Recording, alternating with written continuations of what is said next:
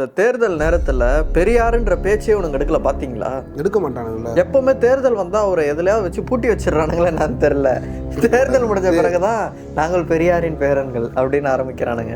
இப்போ நீங்க முதல்ல ஒரு பதவி ராஜினாமா பண்ணிட்டு போங்கன்னா கேட்குறாங்க எல்லாரும். ஆமா கேட்குறாங்க. மொத்தமா என்னையவே குறி வச்சு வந்தா நான் என்னடா பண்றது? அந்த பஸ்ஸில் அவங்க உட்காந்துருக்க சீட்டு கீழே அந்த டயர் தெரியுது.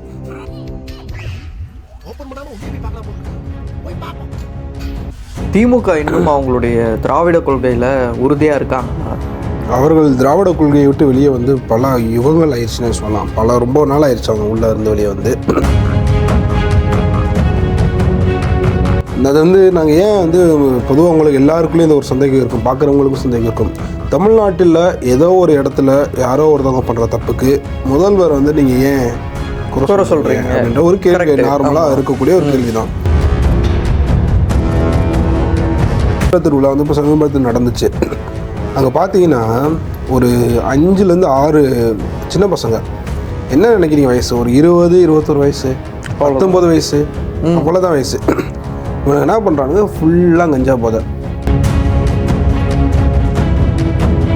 பிஜேபியை உள்ள விட மாட்டோம்னு சொன்னது யாரு? இவர் தான். ஆர்எஸ்எஸ்க்கு அனுமதி கொடுத்தது யாரு? இவங்க தான். கோசாலை அமைப்பதற்கு எதிர்ப்பு தெரிவித்தது யாரு? அதை அமைச்சது யாரு? இவங்க. பரந்தூர் விமான நிலையத்துக்கு எதிர்ப்பு தெரிவித்தது யாரு? கடந்த ஆட்சியில் வந்துட்டு தூத்துக்குடியில் ஒரு கஸ்டோடியல் டெத் நடந்தப்ப பயங்கரமாக குரல் கொடுத்தது யாரு? இவர் தான். இன்னொன்று ஒரு விஷயம் நான் உங்ககிட்ட சொல்ல மறந்துட்டேன். இந்த தேர்தல் நேரத்துல பெரியாருன்ற பேச்சே உனக்கு எடுக்கல பாத்தீங்களா? எடுக்க மாட்டானுங்களா? எப்பவுமே தேர்தல் வந்தா அவரை எதுலயாவது வச்சு பூட்டி வச்சிடறானுங்களே என்னன்னு தெரியல. தேர்தல் முடிஞ்ச பிறகுதான் நாங்கள் பெரியாரின் பேரன்கள் அப்படின்னு ஆரம்பிக்கிறானுங்க.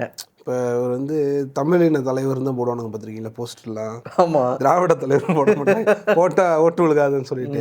ஸோ இவனுங்க எல்லா விஷயத்துலையுமே ஏமாத்தவளை தான் பார்க்குறானுங்க. இந்த கடந்த நான் சொன்னேன்ல, தூத்துக்குடியில் ஒரு கஸ்டோடியல் டெத்துக்கு பயங்கரமாக கத்தினார் ஸ்டாலின் அவர்கள். அவரோட ஆட்சியில் நீங்கள் தான் சொல்லியிருந்தீங்க 26 மாதத்தில் 20 கஸ்டோடியல் டெத் நடந்திருக்கு. ஆமாம்.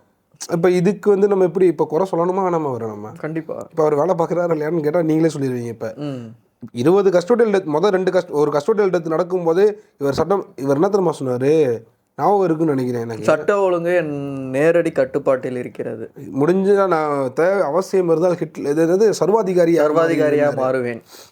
அவர் பேசின பேசியே நாடகம் கெடுத்தவங்க நிறைய பேர் இருக்காங்க. அதில் இவர் ஐயா வந்துடுறாரு உள்ள லிஸ்ட்டில்.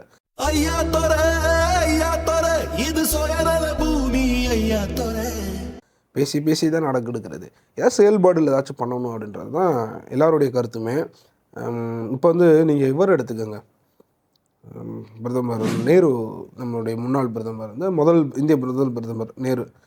அவர் பார்த்தீங்கன்னா சில விஷயங்களை வந்துட்டு இறங்கி வேலை பார்த்தாரு, சில விஷயங்கள் வந்துட்டு ரொம்ப பார்ப்போம் அப்படின்ற மாதிரி பண்ணார். உதாரணத்துக்கு ராமர் கோவில் விஷயம், இந்த ராமர் கோவில் வந்துச்சு பார்த்தீங்கன்னா, மசூதி வீடுச்சு. அப்போ வந்துட்டு அந்த சிலை பிரச்சனைலாம் கொஞ்சம் இறங்கி வேலை பார்த்தாங்க ஆரம்ப காலகட்டத்தில். அதனால் அது அந்த டைமில் கொஞ்சம் கண்ட்ரோலாக இருந்துச்சு. அதே இந்த கச்சத்தீவு வரும்போது வந்து அவரே ஓப்பனாக ஸ்டேட்மெண்ட் கொடுக்குறாரு, அது ஒரு குட்டி தீவு, நம்ம அதை பற்றி எதுக்கு நீங்கள் சட்டமன்றத்தில் நாடாளுமன்றத்தில் அடிக்கடி கேள்வி எழுப்புறீங்க அப்படின்ற மாதிரி பண்ணார். ஸோ நான் எதுக்கு இதை சொல்ல வந்தேன்னா, கொஞ்சமாச்சும் நீங்கள் இறங்கி வேலை பார்த்தா கூட சமாளிக்க முடியும் உங்களால். அந்த இடத்துல நீங்கள் எதுவுமே இங்கே கொஞ்சம் கூட இறங்கி வேலை பார்க்க மாட்டேறீங்க. நீங்கள் என்ன பண்ணுறீங்க, அதிகபட்சம் போனால் உங்களுக்கு கீழே இருக்கக்கூடிய ஒரு 4 அமைச்சரை போய் பார்க்க சொல்கிறீங்க. 4 பேர் வந்துட்டு பார்த்துட்டு அப்படின்ட்டு போகிறாங்க. எதுக்கு வந்தோம், எதை பார்த்தோன்னு கூட அவங்களுக்கு தெரிய மாட்டேது. ஒரு சில அமைச்சர்கள்லாம் வந்துட்டு நம்ம சுற்றி கேமரா இருக்குன்றது கூட தெரியாத அளவுக்கு பேசுகிறாங்க, ஓசின்னு பேசுகிறாங்க, மகளிர்களை பற்றி கிண்டல் பண்ணுறாங்க, ஓட்டு போட்ட இஸ்லாமியர்களை பார்த்துட்டு அவங்க குறை சொல்ல வந்தாங்கன்னா அவங்களே எதிர்த்து அதாவது அவங்களே மிரட்டுற மாதிரி பேசுகிறாங்க. தான் தொகுதியில் இருக்கக்கூடிய குறைகளை ஒருத்தர் சொன்னதுக்கு அவரே மிரட்டுறாங்க. டிஆர் பாலுன்னு நினைக்கிறேன், யார் ஒரு சமீபத்தில் ஒன்று நடந்து. டிஆர் பாலு இப்போ இப்படி இருக்கும். ஸ்ரீபெரும்புத்தூர் தொகுதியில் ஒருத்தர் வீடியோ போட்டிருப்பாரு. வீடியோ போட்டதுக்கு வந்து ஆட்களை வச்சு மிரட்டி இருக்கிறாங்க. அப்புறம் அந்த சம்மந்தப்பட்ட நபர் அவங்க அப்பாவை வந்து வீடியோ காலில் எடுத்து அவங்க அப்பா கிட்ட வந்து எக்ஸ்ப்ளனேஷன் கேட்பாரு. சொல்லுப்பா, யார் வந்து உன்னை மிரட்டினா வீட்டில் அப்படின்னு. உடனே அவங்க அப்பா இந்த மாதிரி சொல்லுவார். அந்த எக்ஸ்ப்ளனேஷனே ரெக்கார்ட் பண்ணிவிட்டு திரும்ப இன்னொன்று ஒரு வீடியோ போட்டிருப்பார் அவர். ஸோ இப்படி வந்து நீங்கள் உங்கள் மேலே குறை சொன்னவங்களும் மிரட்டுறீங்க. உங்கள் ஆட்சி வந்து நீங்கள் முதல்ல ஒரு பதவியை ராஜினாமா பண்ணிட்டு போங்க நான் கேட்குறாங்க எல்லாரும். ஆமா கேக்குறாங்க. வர்றேன் பூரா மொத்தமா என்னையவே குறி வச்சு வந்தா நான் என்னடா பண்றது? இல்ல அப்படி யாரும் கேட்கல. என்ன சொல்றாங்க, நீங்க ஒழுங்கா வேலை பாருங்கன்னு தானே சொல்றாங்க. முதல் பதவியை ராஜினாமா பண்ணிட்டு போங்கன்னா நீங்க முதலே போயிருக்கணும், முதல் நாளே வெளியே போயிருக்கணும். நீங்க வந்துட்டு இந்த நீட்டு பிரச்சனைக்கு இந்த ரகசியம் சொல்லிட்டு உருட்டுனீங்கல்ல, அப்பயே நீங்கள் வெளியே போயிருக்கணும். நீ கேட்ட ஒவ்வொரு கேள்வி என்ன செருப்பால் அடிச்ச மாதிரி இருக்குடா. ஆனால் மக்களுக்கு வந்து ஒரு நம்பிக்கை, சரி ஏதோ ஓட்டு போட்டுட்டோம், போட்டதுக்காச்சும் பிரயோஜனமாச்சும் நாள் பண்ணுவானுங்கன்னு நினைக்கிறாங்க. நீங்கள் மகளிருக்கு 1000 ரூபான்றதுலேயும் சொதப்பிட்டீங்க. இலவச பஸ்ஸு பேருந்து விடுறேன்றப்பையும் ஏகப்பட்ட பிரச்சனை. இன்னொன்றுலாம் சொன்னால் நீங்கள் ஷாக் ஆயிடுவீங்க. மதுரையில் என்னுடைய நண்பர் ஒருத்தர் வந்துட்டு பஸ்ஸில் ட்ராவல் பண்ணிகிட்ருக்காரு. நான் சொல்கிறது இது ஒரு பெண்ணை சொல்கிறேன், நண்பர்னா நீங்கள் ஆண் நினச்சிடாதீங்க. அவங்க போகும்போது என்ன பண்ணுறாங்கன்னா வீடியோ கால் பண்ணுறாங்க. எனக்கு எதுக்கு பண்ணாங்கன்னா, அந்த பஸ்ஸில் அவங்க உட்காந்துருக்க சீட்டு கீழே அந்த டயர் தெரியுது. ஓபன் பண்ணாம உள்ளே போய் பார்க்கலாம் போல இருக்கு, போய் பாப்போம். பேக் சைடு டயர் தெரியுது. தெரியும் அந்த நண்பர் யாருன்னு நீங்கள் சொல்லியிருக்கீங்க. அந்த மாதிரி யோசிச்சு பாருங்க, அந்த இடத்துல ஓட்டை வந்து உள்ளே போயிட்டாங்கன்னா என்ன ஆகும், டயருக்கு நேரம் விழுந்தாங்கன்னா என்ன ஆகும். இப்படி ஒரு நடக்குது. இன்ஸ்டாகிராமில் சில காணொலிகள் பார்த்தேன். அதில் என்ன ஆகுதுன்னா, அந்த மேல் கூரை இருக்குல்ல, அங்கே வந்து இப்படி உடஞ்சது கீழே தொங்கிட்டு இருக்கு. அதெல்லாம் மேலே விழுந்துச்சுன்னா என்ன ஆகும். இப்போ இதுலேயே ஒரு இதுவும் அந்த நண்பர் தான் உங்களுக்கு வீடியோ இல்லை இது வந்து இன்ஸ்டாகிராமில். சரி இப்படி இருக்கும்போது வந்து உள்ள பாதுகாப்பாக பெண்களால் பயணம் பண்ண முடியல. ரெண்டாவது அப்படியே பாதுகாப்பாக இருந்தாலும் கண்டக்டர் நிறைய பேர் வந்து கேவலமாக பேசுகிறாங்க அப்படின்றது நீங்கள் சமீபத்தில் பார்த்துட்டு இருந்திருப்பீங்க. நானே நிறையா உங்கள்கிட்ட சொல்லியிருக்கேன். இப்படி இருக்கும்போது நீங்கள் கொண்டு வந்த திட்டமும் குறையாக இருக்குது, நீங்கள் அறிவிச்சதையுமே பாதி நிறைவேற்றலை, கொள்கைகளையாச்சும் உருப்படியாக இருக்கீங்கன்னா அதுவும் கிடையாது. சமீபத்தில் வந்து இந்த கள்ளழகர் சித்திரை திருவிழா நடந்துச்சு. அப்போ வந்துட்டு திமுக வச்சிருந்த சில பேர் வந்து இந்த கொள்கை குன்றுன்னு சொல்லிட்டு இருப்பானுங்கள்ல, அவனுக்கு ஒரு ட்வீட் போடுறாங்க. அங்கே வந்து தல்லாகுளத்தில் ஒரு பெரியார் சிலை இருக்குது. அந்த சிலையை சுற்றி இந்த மக்கள் ஏறிண்டு இந்த சாமியை பார்க்கறதுக்காக அந்த மேலே ஏறிண்டு இப்படி பார்க்குறாங்க. இதுக்கு அவன் என்ன ட்வீட் போட்டிருக்கான், பெரியார் சிலை மீது வந்து மக்கள் ஏறு நின்று பார்க்குறாங்க பார்த்தீங்களா, இங்கு தான் வந்து தமிழ்நாடு மக்கள் வந்து ஜெயிச்சிட்டாங்க, பைத்தியமா சனாதானம் தோத்துருச்சு, பைத்தியம் அதான் பைத்தியக்கார மாதிரி பேசுகிறான். இப்போ சாமி இல்லைன்னு சொன்னவர் பெரியார், அவர் சிலமையில ஏறிண்டு சாமியை பார்ப்போம்னு பார்த்தா யாரு காப்பிடிக்க பார்க்குறாங்க. பெரியாருக்கு தானே பிரச்சனை. பெரியார் வந்து ஓப்பனாகவே நான் சொல்கிறேங்க, அவர் நீங்கள் நினைக்கிற மாதிரி அவர் மட்டும் இப்போ இருந்திருந்தாருன்னா இவன் போட்ட ட்வீட்டுக்கு அவர் கையில் வச்சிருந்த குச்சை அடிச்சிருப்பாரு. பெரியார் வந்து நான் ஓப்பனாகவே சொல்கிறேன், பெரியார் வந்து நீங்கள் நினைக்கிற மாதிரி வந்து பெரிய உத்தம புருஷர்லாம் கிடையாது. மனுஷனாக பிறந்த எல்லாமே பாவம் பண்ணி தான் இருந்திருப்பான். எவனுமே யோக்கியம் கிடையாது, எல்லாமே அயோக்கிய பழகு. ஏதோ ஒரு வகையில் ஒன்று பர்சனலாக இருக்கும், இன்னொன்று பப்ளிக்காகவே அயோக்கியத்தனம் பண்ணுவானுங்க திமுக மாதிரி. இவர் வந்து திமுகவுக்கு கொஞ்சம் முன்னோடி இல்லை, அவர் எப்படி எப்படிமான அயோக்கியத்தனங்கள் பண்ணியிருப்பார். இன்றைக்கி camera, video, internet, social media இருக்குது. அன்னைக்கு அப்படிலாம் கிடையாது, இருந்துதான் மாட்டியிருப்பார். இல்லாமலே நிறையா மாட்டிட்டாரு. அது ஒரு அது இல்லாமலே நிறைய வந்துருச்சு நிறைய. நீங்கள் மன்னர்லாம் கூப்பிட்டு நீங்கள் இன்டர்வியூ எடுத்தீங்கன்னா பக்கமாக பேசுவார். இவ்வளோ ஏங்க நீங்கள் ஒரு அண்ணன் பாரிசாலனை கூப்பிட்டு கேளுங்க, பெரியாரை பற்றி பொன்மொழிகள் 4 சொல்லுங்கன்னுங்க, அவ்வளோதான் பார்க்குறவங்களுக்கு காது வலிக்க ஆரம்பிச்சிடும். அந்த அளவுக்கு போட்டு கிழிச்சு விட்டுருவார். ஸோ எல்லாமே அவங்க ஆரம்பத்தில் அவங்களுடைய சித்தாந்தமும் தப்பாக தான் இருக்குது, அவங்களுடைய கொள்கையும் தப்பாக தான் இருக்குது. திராவிடம்னா என்ன நானும் கேட்டுட்ருக்கேன், ஒருத்தனை சொல்ல மாட்டேறான் எவனோ.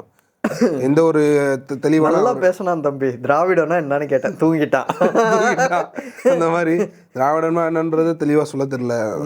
திராவிட கொள்கைகளாச்சும் சொல்லுங்கன்னா கிடையாது. பார்க்குறவங்களாவது சொல்கிறாங்களான்னு பார்ப்போம் திராவிடம்னா என்ன இருந்தால் தானேங்க சொல்லுவாங்க. அப்படி அண்ணன் எனக்கு வந்து ஞாபகம் இருக்குது, சவுக்கு சங்கர் அண்ணன் கிட்ட நீங்கள் கேட்டீங்க, அவர்கிட்டையும் கேட்டேன். அவருமே தெளிவான பதில் சொல்ல. அவர் என்ன சொன்னார்னா, 50 வருஷத்துக்கு முன்னாடி திராவிடம் அப்படின்றது வந்து ஒரு குறிப்பிட்ட காரணத்துக்கு ஒருத்தவங்களை எதிர்க்கிறதுக்கு தேவைப்பட்ட ஒரு வேர்டாக தான் யூஸ் பண்ணாங்க, ஒரு வார்த்தைக்கு தான் அந்த திராவிடன்றதை யூஸ் பண்ணாங்க தம்பி, மற்றபடி பெரிய கொள்கை கொண்டுலாம் கிடையாதுன்னு அவரும் அதான் ஒத்துக்கிட்டாரு. ஆனால் திராவிட கொள்கைகள் ஒன்று இருக்குது,